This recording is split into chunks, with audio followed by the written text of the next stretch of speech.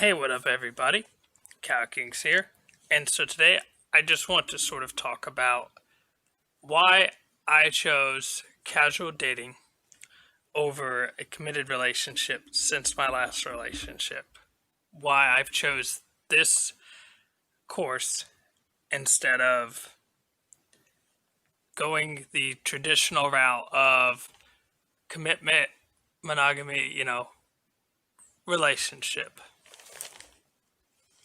So there's a few different reasons.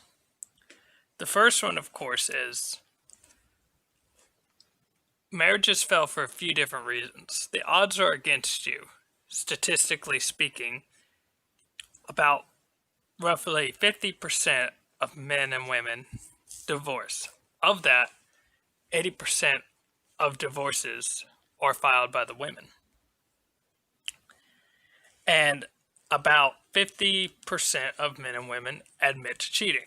This doesn't account for multitude of variables, such as those who don't admit to it due to guilt, shame, expectations of societal norms, decency, standards, morals, etc.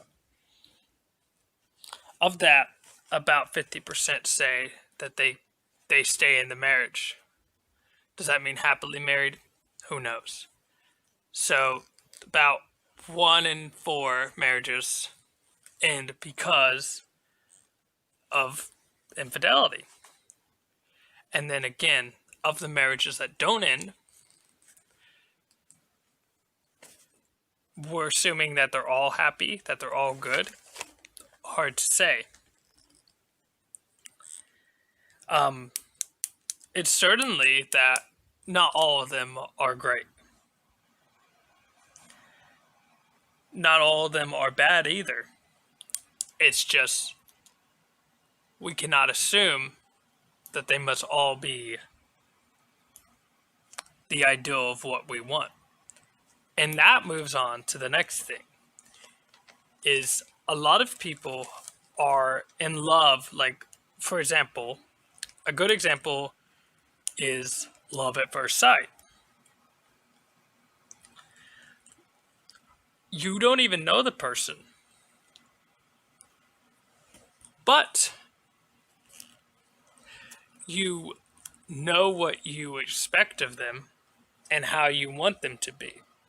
So you are in love with the idea, the fantasy that you've conjured up for them. And so what happens with relationships like that, unfortunately, sometimes, is, hey, why don't you do this? Why don't you do that? You're not acting like yourself. And the husband or wife sits there going, what do you mean? And these expectations of this fantasy that you hold them up to without them even realizing it, which is unfair to say the very least, at best, it's unfair, causes a rift, which goes back to, well, of those who stay together in relationships, how many are truly happy? How many are ideal? How many are where they want to be or where they need to be? Then of that, you've got to think about, those who stay together because of a child and they feel like they can't leave, or they feel like they can't leave because it will create a rift. They have mutual friends and, family members that they form bonds with. So this is all very unfortunate for those who feel trapped and don't know what to do. Then there's, of course, child support, alimony. So some men feel, and some women, but mostly the men, unfortunately, it's a woman benefiting, oftentimes sexist system of child support and alimony, where the man might stay because, hey, if I don't, I'm fucked. sort of tied down for one reason or another. Either it be that she'll take half the stuff, or I'll be paying for the kid for the next 18 years. And there goes your promising financial career and future. There goes your future plans. And you're paying for things that you may never recover from fully, if even a little. The other thing for me is I get more time to focus on my job. I can work overtime. I can go out with friends, go to a bar, clubbing, whatever I want. And I don't have to, oh, well, I've got to stay home. Sorry, guys.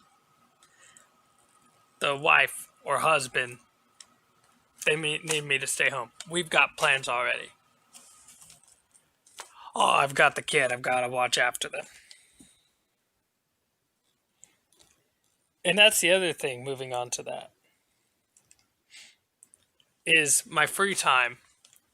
I don't have to have others invade my life, my privacy, my domain. Your house should be where you're most comfortable. And when you invite somebody to live with you, well, what happens when you want free time?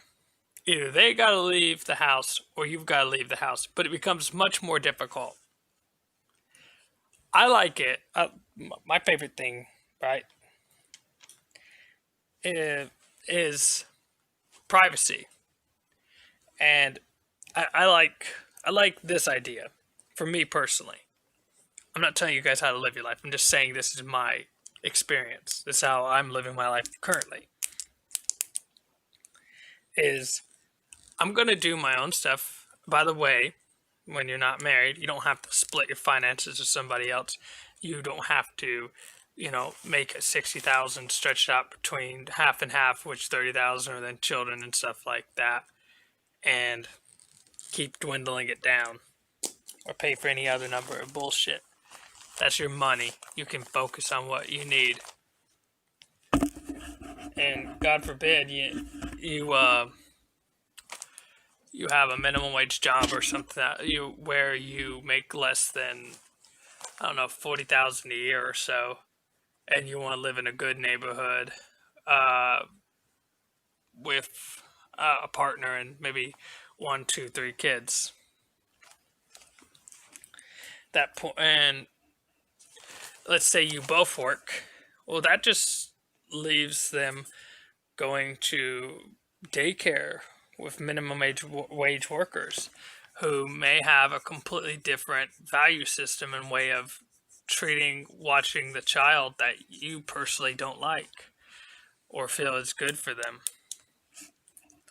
They can't read your mind, and even if you tell them exactly what you want, that doesn't mean they're going to follow everything to the letter.